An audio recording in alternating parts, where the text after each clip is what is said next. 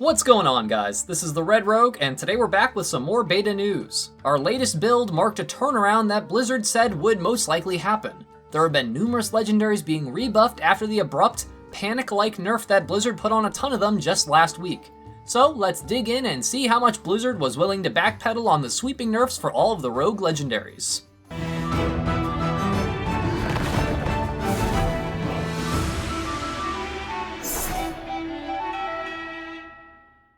Okay, so as I had mentioned in the legendary nerf video I did a week or so ago, Blizzard was very quick to do a 180 on the stance they made about legendary powers, and it looks like they are definitely trying to get numbers dialed in to what they consider an appropriate power level.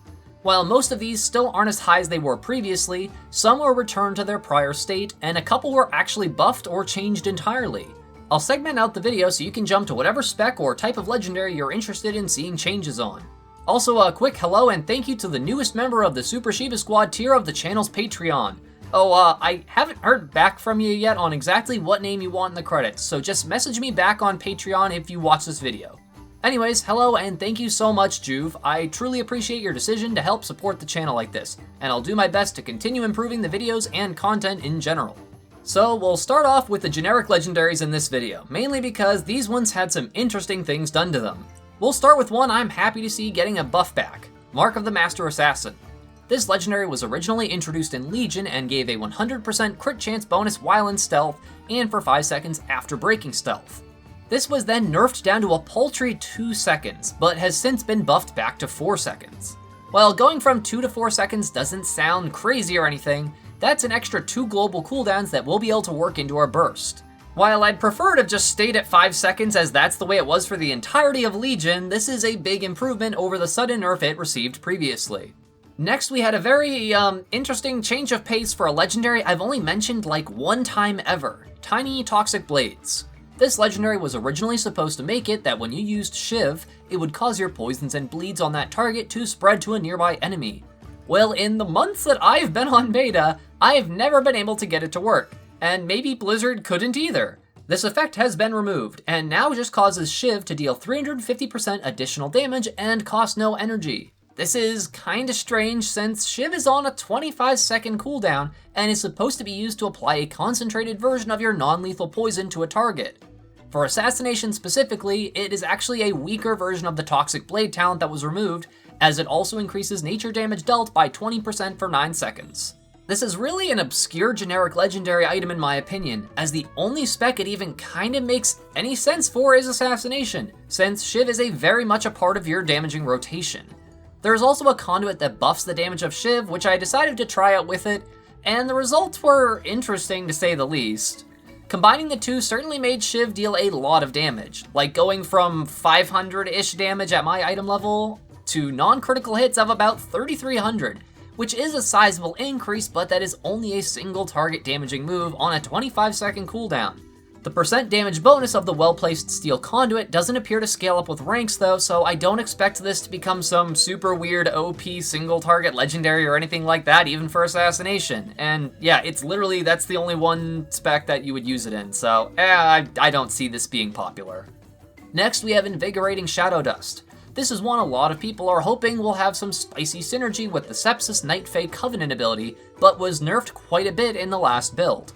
Well, the good news is that they buffed it back up to the original 15 seconds of cooldown recovery that it had before, as it was dropped down to 10 seconds with that last build, so that is a nice change to see. Again, this legendary is definitely not looking like it's going to be some super damage burst oriented thing, as it comes from the PvP vendor, and the idea most likely is for it to be used for better crowd control utility, so getting things off cooldown like Shiv, Blind, Kidney Shot, and stuff like that.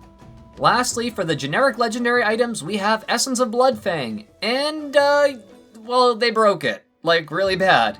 The only thing that was apparently supposed to change in the data mining at least was the healing of Bloodfang would be cut in half.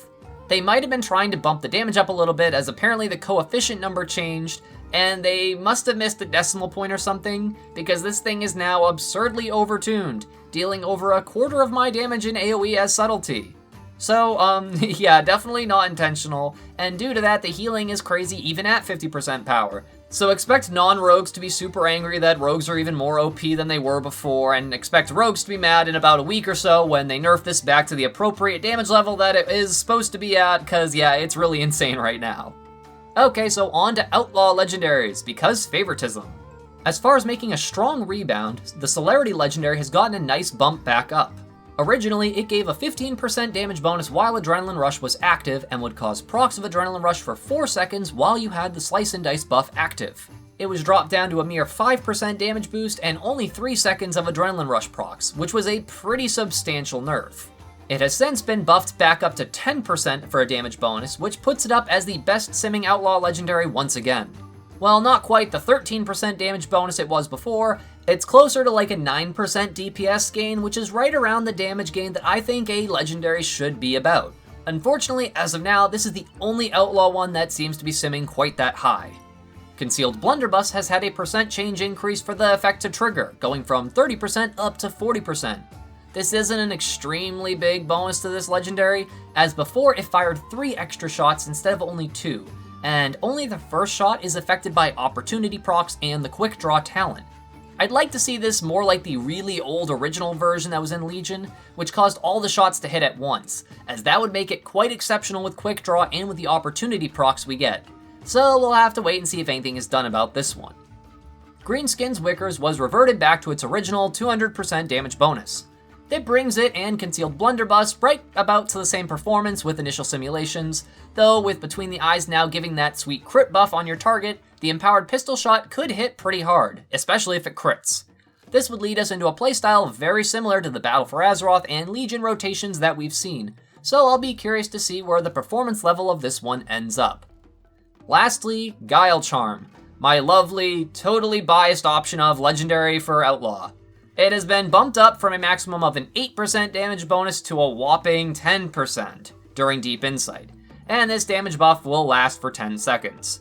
This is a far cry from what it was before, and is simming lower than the other spec-specific legendaries, which is really a shame in my opinion.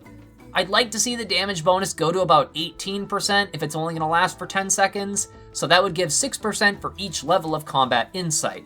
Though I also think a 15% for 15 seconds would be nice as well, even if it meant slightly lower top-end burst damage. I'm still holding out on this one becoming a contender again, as it was by far the most engaging and enjoyable of the 4 legendaries in my opinion. Okay, so on to Assassination. The second round of tuning was very middling in terms of improvements for Assassination. We'll start with the first actual buff of the 4, Doomblade. This legendary is strictly for single target usage, and causes your mutilates to deal an additional 30% of bleed damage over 8 seconds. Envenom damage is also increased by 5% for each bleed you have on the target, which does count the bleed that comes from the legendary itself. This is up from the 20% bleed bonus damage that it had in all prior builds, which brings up its performance quite a bit, which is definitely good to see that they haven't completely forgotten about Assassination in tuning, but overall the spec does still need quite a bit of work. Up next, the Zoldyck Insignia, which is still being misspelled as Zoldyck Famille, and my OCD cannot stand not pointing it out. This is an execute damage-oriented legendary, and was giving a 20% increase to your bleeds and poisons to targets below 30% health in the last build. It has since gone back to its original value of 30% damage, so a nice and simple reverted legendary back to its prior form. The Dashing Scoundrel legendary has been slightly buffed again, though in my opinion it's still not quite enough. It originally made Envenom increase the critical strike chance of your poisons by 30%, and when they did critically hit, it gave you 2 energy. It was then dropped to 8% increased critical strike chance and only 1 energy per crit, but has since been bumped up very slightly to 15% increased crit chance for your poisons. They did just add back that 10% energy regen bonus to Slice and Dice specifically for Assassination, so that might be why they're opposed to returning the energy regen of this legendary back to 2 per crit, but I really think with how slow the spec plays currently that it should be brought back up, even if the crit chance is left alone. That's just my take on it, though I guess I'd rather them just increase the energy regen more of the spec itself, or increasing it from the Slice and Dice bonus they just added than having to use a legendary to do it. Lastly, the Duskwalker's Patch. They actually buffed this one as well, though it seems to still be not quite that great. The original version of this made it so every 65 energy you spend would reduce the cooldown of Vendetta by 1 second. This has been changed down to 50 energy, so technically it takes about 23% less energy to get the same effect, though even now it is still not showing to be an extremely powerful option. So now we're on to the most hyped spec of the three, Subtlety. Subtlety has probably seen the largest swings in legendary powers with the nerfs that went into the Akari Soul Fragment, which to a large extent was pretty justifiable in its original form. However, the latest nerf has dropped the free Shadow Strike damage to a pitiful 15% of the original hit. Our latest build has seen it bump up to 25%, however it is still no longer shadow damage. I think it's smart for it to remain that way though, as if it were shadow damage based, it'd be a legendary that scales up disproportionately from the others due to the Deeper Dagger's shadow damage bonus conduit. 25% still seems a bit low in my opinion, since Akari's is really only effective in pure single target situations. I'd personally like to see it at a 35% damage bonus, but only time will tell, and it still is simming as the best single target legendary.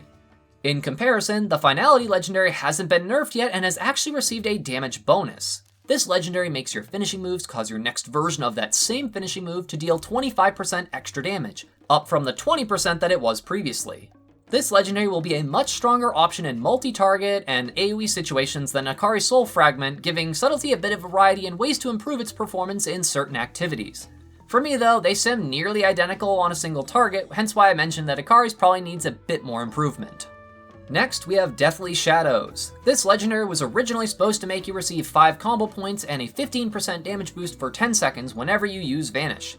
It was nerfed to only an 8-second duration of the buff, but has actually been improved back up over 10 to 12 seconds. This is the weakest simming of the 4 legendaries, but there is definitely some potential that could be had with something like this, especially with the Night Phase Sepsis ability allowing for even more vanishes, meaning more time for that 15% damage bonus to be active. Lastly, we have the Rotten. This is another one that has had a rework, as before it would cause you to receive a buff after triggering Symbols of Death that would last for 3 seconds and make any Shadow Strikes, Backstabs, or Gloom Blades that you cast generate an extra 3 combo points for that buff window. This has been changed to now simply make your next one of these 3 moves deal an additional 30% damage and generate 4 combo points instead of 3. This is very much a fire and forget sort of legendary, since you'll most likely be always using this on a Shadow Strike, simply because you should always be lining up your Symbols of Death with Shadow Dance. Due to the strength of the Enveloping Shadows talent, which gives you a second charge of Shadow Dance, this should happen quite literally every single time that you're using them. This legendary, however, doesn't seem exceptionally potent at the moment, but I am curious to see how it will play out. Overall, a lot of these legendaries are definitely in better places than they were previously. Many still seem very unimpressive after the sledgehammer was taken to them, and honestly, even before that happened, some were objectively pretty weak. While some legendaries were definitive outliers among the rest, I'm one that's of the opinion that legendaries should be a pretty substantial DPS gain, as they are called legendaries.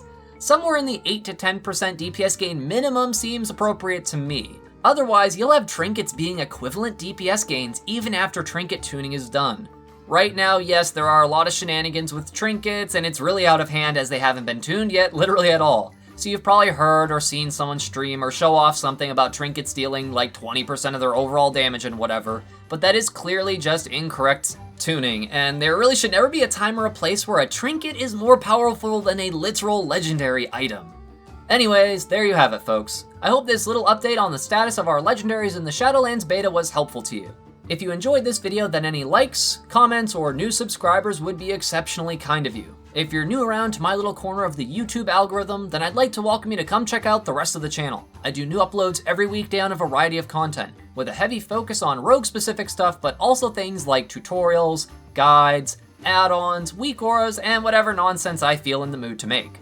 As always, a big thank you to all of my regular viewers, commenters, subscribers, and especially my patrons, who help make these Shiba Shenanigans possible. Thank you all so much for watching. This is the Red Rogue, and I'll see you guys around.